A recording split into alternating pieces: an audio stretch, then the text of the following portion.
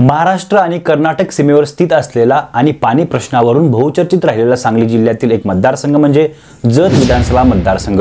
खरं तर राज्यात अनेक सरकार आली गेली, परंतु जतचा पाणी प्रश्न मात्र अजून देखील पूर्णतः संपलेला दिसत नाहीये।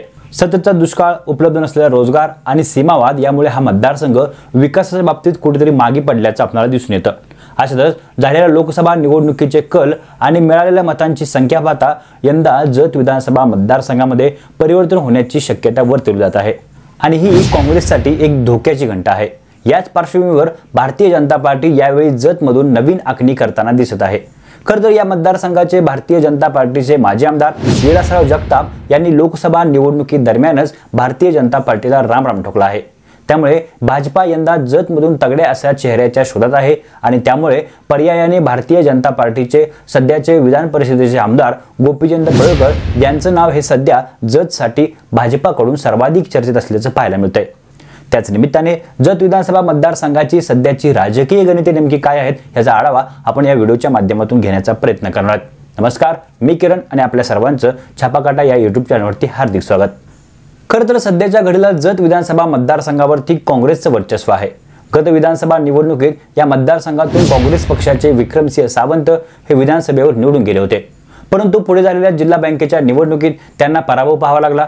याचबरोबर त्यांचा या मतदारसंघामध्ये कमी असलेला जनसंपर्क आणि या लोकसभा निवडणुकीत जतमधून भारतीय जनता पार्टीच्या उमेदवाराला मिळालेलं मताधिक्य पाहता येणाऱ्या विधानसभा निवडणुकीमध्ये पुन्हा एकदा जत मतदारसंघावरती आपलं वर्चस्व राखण्याचं मोठं असं आव्हान सावंत यांच्यासमोर असणार आहे।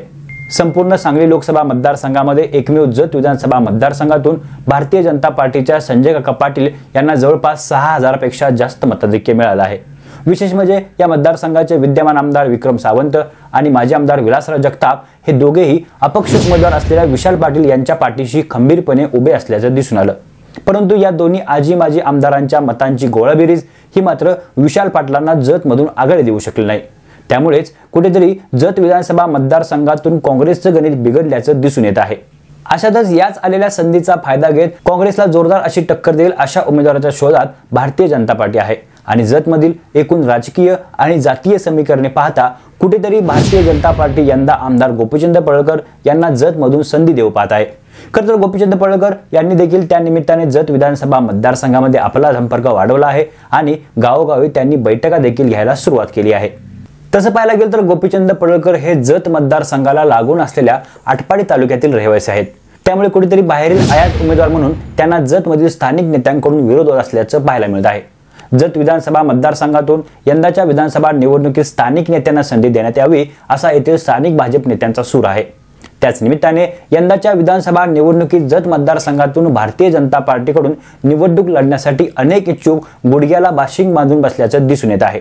त्यामध्ये सांगली जिल्हा परिषदेचे माजी सभापती तमनगौडा रवी पाटील, डॉक्टर रवींद्र आरळी आणि जिल्हा बँकेचे संचालक प्रकाश जामदाडे यांनी जत मतदारसंघावरती आपली दावेदारी सांगितली आहे आणि त्या दृष्टीने आपापल्या परीने त्यांनी मोर्चेबांधणीला देखील सुरुवात केली आहे। त्यामुळे इच्छुकांची रांग पाहता यंदा भारतीय जनता पार्टी जतमधून यापैकी कोणाला संधी देणार हे पाहणं महत्त्वाचं आहे। परंतु सध्याच्या घडीला या मतदारसंघातील काँग्रेस पक्षाची ताकद पाहता काँग्रेस उमेदवाराला जोरदार लढत देऊ शकेल असा एक योग्य पर्याय म्हणून गोपीचंद पडळकर यांच्याकडे पाहिलं जात आहे। त्यामुळे स्थानिकांची मनधरणी करून भाजपा गोपीचंद पडळकर यांना जतमधून मैदानात उतरवण्याच्या पूर्णतः तयारीत दिसत आहे। एकंदरीत त्याचमुळे यंदा गोपीचंद पडळकर हे काँग्रेसच्या विद्यमान आमदार विक्रमसिंह सावंत यांना जड जाण्याची शक्यता वर्तवली जात आहे। तसं पाहायला गेलं तर जत विधानसभा मतदारसंघात धनगर, लिंगायत आणि बहुजन समाजाचे बहुसंख्य मतदार असल्याचं आपल्याला दिसून येतं आणि या सर्व मतांची सांगड पडळकर हे योग्यरित्या घालू शकतात। सोबतच पडळकर यांची स्वतःची एक वेगळी ओळख ही संपूर्ण राज्यामध्ये तयार झाली आहे।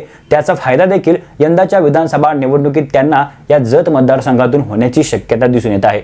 खरं तर सध्याच्या घडीला गोपीचंद पडळकर हे आयात उमेदवार दिसत असले तरी देखील जतच्या मतदारांमधून सर्वाधिक पसंत ही गोपीचंद पडळकर यांनाच मिळेल अशी शक्यता देखील वर्तवण्यात येत आहे। खरं तर ओबीसी विरुद्ध मराठा या सुरू असलेल्या वादातील गोपीचंद पडळकर यांची अग्रणी भूमिका ही त्यांच्यासाठी येणाऱ्या विधानसभा निवडणुकीत कुठेतरी धोकादायक ठरू शकते। परंतु या व्यतिरिक्त इतर सर्व बाजूंनी गोपीचंद पडळकर हे जतमधून भाजपाच्या इतर स्थानिक इच्छुक नेत्यांपेक्षा वरचढ असल्याचं दिसून येतं। त्यामुळे भारतीय जनता पार्टीचे वरिष्ठ नेते हे जतबाबत काय निर्णय घेतील हे देखील पाहणं महत्त्वाचं राहील। एकंदरीत येणाऱ्या विधानसभा निवडणुकीत जत विधानसभा मतदारसंघातून माहितीची उमेदवारी कोणाला मिळेल असं आपल्याला वाटतं हे आपण आम्हाला नक्की कळवा। आणि हा संपूर्ण व्हिडिओ जर आपल्याला आवडला असेल तर या व्हिडिओला शेअर करायला आणि चॅनलला सबस्क्राईब करायला विसरू नका। तोपर्यंत मनापासून धन्यवाद।